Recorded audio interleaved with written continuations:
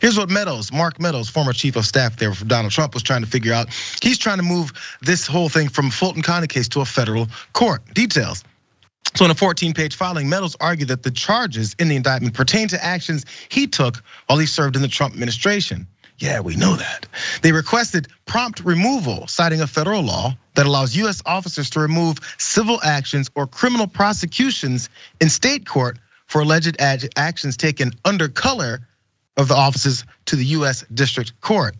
Meadows also intends to file a motion to dismiss the indictment as soon as feasible, is what his lawyers wrote. The reasons why Meadows wants this whole thing moved is because moving it to federal court would result in a more favorable jury pool, of course, for defendants, and would also mean no cameras would be allowed for everyone in public to see what's being presented and how much he's sweating and releasing the steam from his collar. All those things you don't want to see because, again, this is all about a political process. So he's looking to move it in that way too.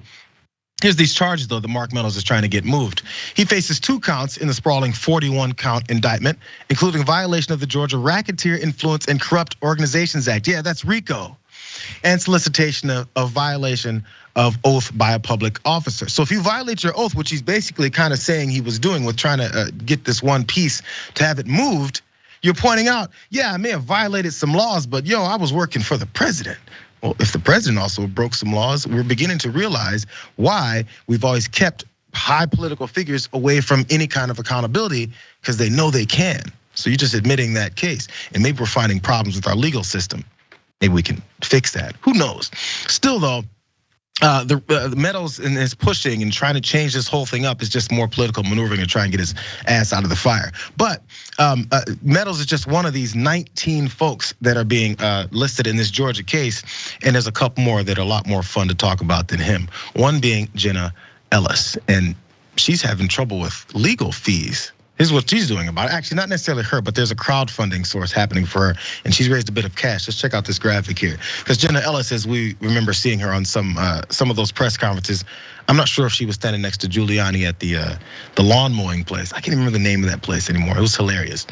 I'm not sure if she was at that press conference, but now she's raised over $11,000 for her legal funds. But why? This crowdfunding campaign follows reports that Trump is refusing. This is great. He's refusing to provide her with financial assistance. That's in response to her vocal support for Ron DeSantis. Bro, we always talk about loyalty. Donald Trump preaches it. He says, my people are loyal. You have to stand up and stand for me and get under my shoe anytime I want. And anytime they continue to stand, look, we started with Alina Habba at the beginning of this whole block here.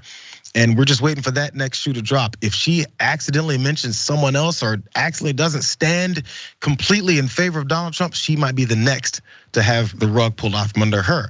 There's more people that are coming after Jenna Ellis though. Laura Loomer is another. She tweeted this out, I believe it is tweet one of these. She's a professional liar and Trump backstabber. Jenna Ellis was indicted last night. For the last several months, she's been attacking Trump online with Team DeSantis. She betrayed Trump. I personally think she intentionally sabotaged him because I can't fathom how anyone can be as stupid as she is and decided to support DeSantis instead by supporting someone. Again, I want you guys to try and follow the logic in this because it's all based off of making sure that you have loyalty towards this one guy who absolutely has none for you. Continue on with Loomer. She said she has been attacking Trump online for having his PAC pay his legal fees, even though his supporters are more than happy to donate to the cause. Jeez. Jenna has called Trump supporters grifters, and she's been retweeting other DeSantis supporters who attack Donald Trump. Now she's crying online, begging Trump supporters to donate to her legal defense fund. This woman is vile. She's a liar, and she doesn't deserve your sympathy, your prayers, your forgiveness, or your money. Loyalty matters. Does loyalty matter to this degree there, Ray? It's so funny because what they're doing is ensuring this woman takes a plea agreement. This woman is gonna sell everybody out. I mean, this is someone who is willing to, risk her life, essentially risk her freedom to defend Donald Trump, and resulted in her getting this indictment.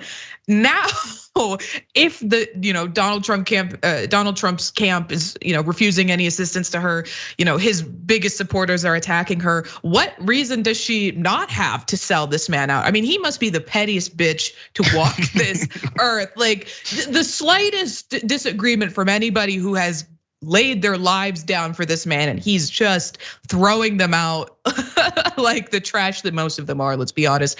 But I mean, it's really funny to see, them kind of make their own bed here.